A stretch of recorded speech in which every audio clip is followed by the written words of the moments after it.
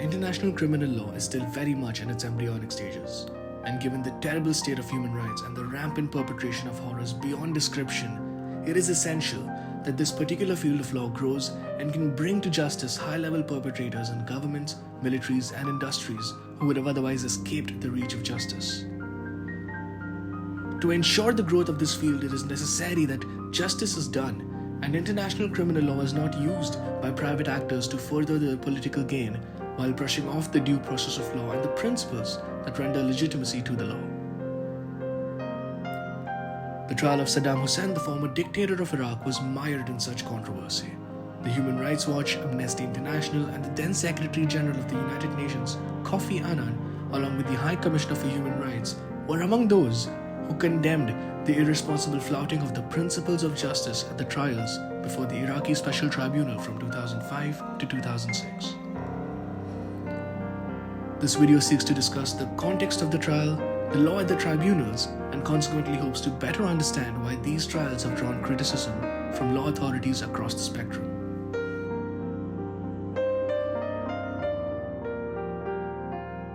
Saddam Hussein committed mass atrocities against Iraqi citizens, Shias and Kurds, and was responsible for hundreds of thousands of deaths in his invasions of Iran and Kuwait. His dictatorial regime was responsible for over 250,000 deaths in his own country. The United States and the rest of his Western allies appear to have overlooked his use of chemical weapons in Iran, which were developed with materials supplied from Germany, France, and the US. Eventually, they turned against him when their interests clashed with Saddam's in the Gulf War. The general period for the Middle East and Western policy concerned with the Middle East was based on power, money, and politics more than anything else. In 2003, Western forces led by the United States eventually invaded Iraq and overthrew Saddam Hussein's government. Saddam went into hiding but was eventually discovered by US forces on the 13th of December 2003, hiding in a hole in a farmhouse in Tikrit, his native home. He was handed over to the interim Iraqi government in 2004 and his trial before the Iraqi Special Tribunal began in 2005.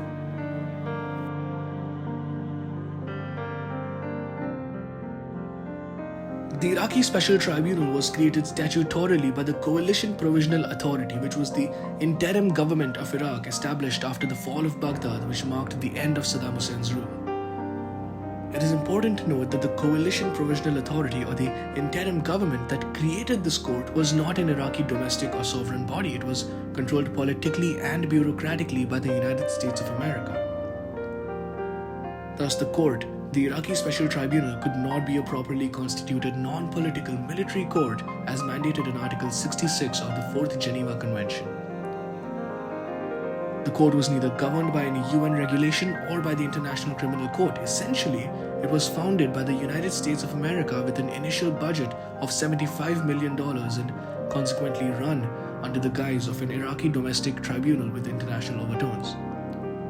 General Bremer of the United States of America, who was the administrator of the transitional government, awarded to himself legislative, executive, and judicial powers far beyond what Saddam Hussein officially held during his own rule.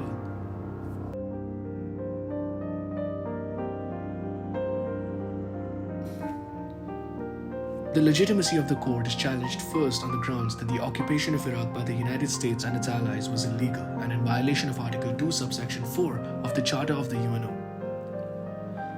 The occupation was further justified by Iraq's supposed involvement with the September 11 attacks, which was eventually found to be a baseless allegation. Article 42 of the Hague Regulations confirms that a territory is deemed to be occupied when it is effectively controlled by the military of a hostile occupier.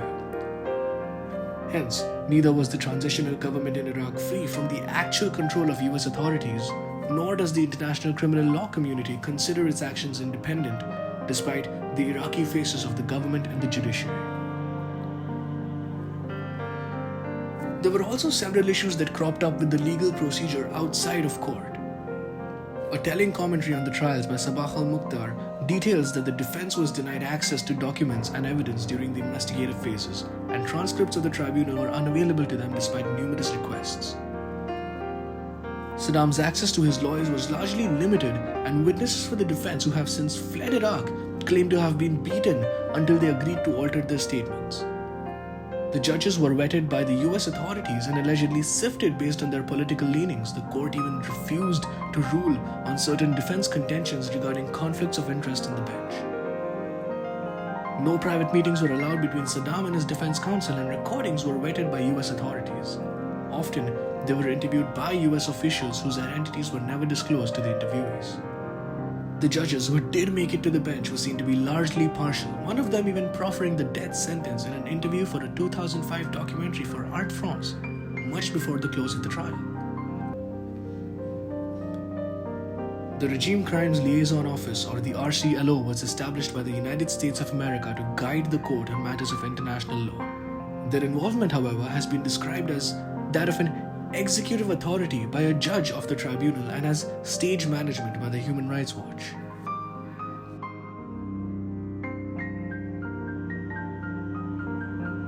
The attribution of individual criminal responsibility for crimes of this magnitude and carried out by a bureaucratic system of oppressors is the key element in trying high-level perpetrators for international crimes before a competent court.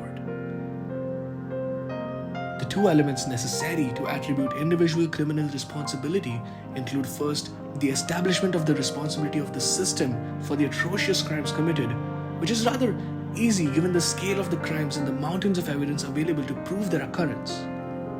The second element is to analyze the bureaucracy and its internal mechanisms, establishing the intent of the individual standing trial and the nature of his role in the commission of those crimes.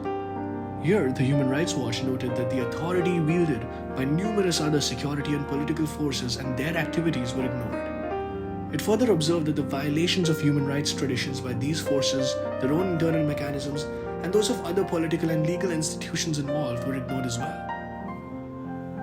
The linkage test of evidence, which is historically proffered by experts in the local polity, economy, and history, is essentially how a link can be made between the crimes committed and the leaders involved in the system that committed the crime based on a detailed contextual analysis to show how the individual fits into the chain of command. Human Rights Watch has said that there has been no evidence presented or investigation conducted into the nature of these key legal questions before any court trying such crimes. There can be no doubt that Saddam Hussein was crucial in the perpetration of these horrible criminal acts against large sections of many populations. But these legal systems are in place to ensure that all before the court who are guilty are punished, and that no innocent person goes punished for crimes that he hasn't committed. The trials of Saddam Hussein flouted these legal setups and vastly undermined the Iraqi Special Tribunal's commitment to justice and the due process of law.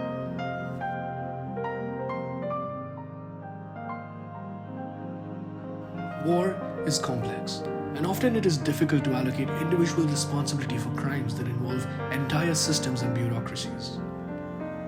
In a case like Saddam Hussein's, it would have been easy to establish guilt had the law and its procedures been followed. That, however, was not the case. Guilt was established, but by a flawed trial which can never be called fair. Saddam didn't receive a fair trial, but does that matter? He didn't offer a fair trial to the hundreds of thousands who died owing to his own actions. Well, it matters because the international criminal justice system is not Saddam Hussein. It's not even a little bit like him. The international criminal justice system holds itself to certain standards of law, and for good reason. Legitimacy among them, but more importantly, to ensure that the complexities of war are explored in each case and that justice is done to the victims of the horrible atrocities. Parading a war criminal before a crowd of spectators in a show trial before marching him off to his premeditated death is no better than the summary slaying of the defeated in feudal wars. International law and the world has evolved from that, and going back to those systems where the loser in war was murdered for revenge or political clout is greatly damaging to the conscience of humanity and the tenets and principles of the law.